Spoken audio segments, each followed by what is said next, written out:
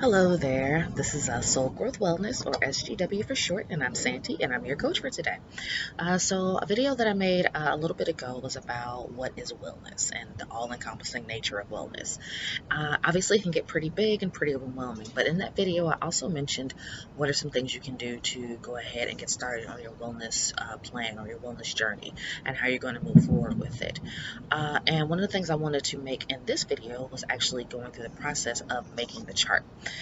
So the chart for wellness is going to look something like this. I'm going to write it down here. I actually should have done this before the video, but I'm learning about production values and things like that. But to start, you want to make the chart. So when you make the chart, that's going to be something right at the top, and you're going to actually have something next to it, like let's say meaningful growth or change or experience or getting my life together, getting my ish together or whatever it is, but something meaningful and that works for you. And you're going to put a title up to it, next to it, called the chart, and have it all together so you know exactly what you're going for with this process. And then the chart, you're going to have sections for, it's going to be for social, it's going to be for spiritual, financial, it's going to be for environment, physical, mental health, and career satisfaction. And all of those are just, various headings that you can use. I'm going to say them again just to make sure you're aware. Social, spiritual, financial, environment, physical and mental health, and career satisfaction. But you can also include other things that include, like, let's say, activism, if that's really important to you and something you value. It could be about sexual expression or sexual identity or orientation and how you want to put that forward in your life. It could be about hobbies. It could be about self-care, like what activities you'd like to do to help yourself feel better and, more at ease and, how you move through your life. So those are just some of the areas that you can focus on. So it could be social, sexual self-expression, and various things like that. And then under the section, you're going to have what's going so well or what's not going so well. Let's say in your social, it might be that you haven't talked to friends in a while. But in another section, it's going to be, well, but I've been, maybe texting some people more often, but you'd actually like to get on the phone with them, hear their voice, or meet up with them in person. So it could be what's going so well and what's not going so well. In case of, let's say, something with sexual expression, maybe it could be that you're not getting exactly what you want in the bedroom with your partner, but maybe, you all still are intimate on a fairly regular basis, and that's a pretty good thing, right? So you're going to do well and not so well. And then under that, you're going to list improvement plan for each section. So in one section, again, just to give an example, if it's social, you're going to be like, well, I want to make time to see my friends. So you're going to say one time for friends. And then one for sexual expression, you're going to have a good conversation with your partner, right? About what it is that you want to do in the bedroom. And so you're going to, go ahead and do that. And again, this is just terrible actually, and this is really, really bad. But it's like the title, then it's going to be what the sections are, and then the light gets all funky on me. Okay, well, maybe not. So I'll actually maybe go ahead and put a little PowerPoint presentation together for that. Sorry, folks. So anyway, in addition to making that chart and everything, then you're also going to, after you've figured out what the top levels are, what you're doing well in it, what you're not doing well in it, and then your improvement plan for what you're not doing well, is you want to be able to create a timetable, and that timetable is going to be something like, I want to contact maybe 3 friends in the next 4 weeks, something like that. You want something concrete and reliable that you can actually accomplish, and that's reasonable and realistic, okay? That's something that's super important when you're talking about life change and on your wellness journey. It needs to be something that you can actually accomplish with the skills and capacities you already have right now, things you can actually do. Because one of the things that I want to make clear is that sky's the limit.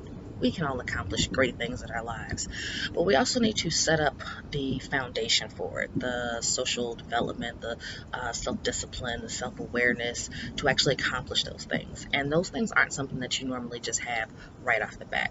Like, you do need to actually set up a foundation for that first in order to accomplish those things. So an example of what I mean is that You wouldn't want to say, oh, I'm going to, train for an Ironman in the next 6 months, and you've been sitting on your couch eating potato chips for the last year. Like, that's just not a good idea. 6 months seems like a really reasonable time, but you really probably want to do more like a year to really get yourself going. Or, you say something, for instance, in terms of, sexual expression, for instance, which is an example that I just gave. When you have that conversation with your partner, you all still need to actually create a timetable for when you want to go ahead and try these things out and what you're looking to do. You're not going to go ahead and say, I want to try X, Y, and Z, and then be like, oh, let's just jump in the bed and get it done together tonight. Like, there's sometimes some impulsiveness can be useful, but that's again generally not going to work very well. So you want to be realistic and have some reasonable expectations about what to do and how to go forward. And that's why you create the timetable, to give yourself an idea of what I can do next. And another thing is that sometimes the things that you need to do to on your improvement plan for wellness is going to be something really, really small, something that just to get you started. It might be going on Google and looking something up there and being like, well, I'm interested in switching careers, but I don't really know. I have an idea, I have an interest, but what's really out there for me? So I actually need to do some research. You need to figure out what's out there, what's available to you. So those are some of the things that work in terms of making a chart and making your self-improvement wellness plan and getting it a part of your life. Um, you're going to need to think some things through, basically, in a nutshell, which is, again, one of the reasons why people like to employ coaches. And then additionally, at the end of all of this video that I'm making here now, I just want to make sure that you understand that almost anything that you want to do, you're going to have actions that you need to take, but just about almost anything is going to require patience, time, concentration, focus, and you're going to need to make it an actual habit. If it's going to be a habit, even looking for work, you're going to need to set aside a certain number of hours per week to do that. If it's trying to develop a fitness plan and actually getting started on it, you're going to need to schedule in the time to do that. So since you're going to be creating new habits for just about anything it is that you want to do, even if it's in terms of anger management or any number of things, you're going to want to have something that you can look at, to say like, oh, this is where I've made measurable progress. It keeps you motivated and wants you to keep moving forward. So what do you do with that? You get a habit tracker. Most of us have smartphones. I like to use Habitbull, but you can use any number of ones. They have a lot of ones that are available. But you go ahead and you create the habit in your phone and your habit tracker.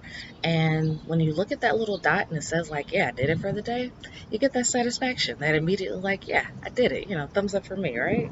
And that's a really amazing experience. It's something that's very simple, something that's very easy to do, and it really helps keep you motivated and moving forward on what it is that you want to accomplish. So just to kind of reiterate overall, the chart, your title, your sections, what you do well, what you don't do well, your improvement plan for what you don't do well, the next immediate actions you're going to take, a timeline, and getting a habit tracker to make sure that you track what it is that you're doing. So that's pretty much the process for making the change, for making a chart for your wellness change and your overall self-improvement. So I think that's about it. This is a pretty long video, so I'm going to stop here. And thank you so much for listening. And if you really like this video, you can go ahead and subscribe to my Soul Growth Wellness channel. I'm going to be posting more and more things about wellness. Also, in previous videos, I mentioned about relationships. But I really, really just want to give people the information that they need to go ahead and live their highest existence, live their highest life possible, and growing their spirit, their soul, and everything about who they want to be in their life. So thank you so much for listening, and keep coming back.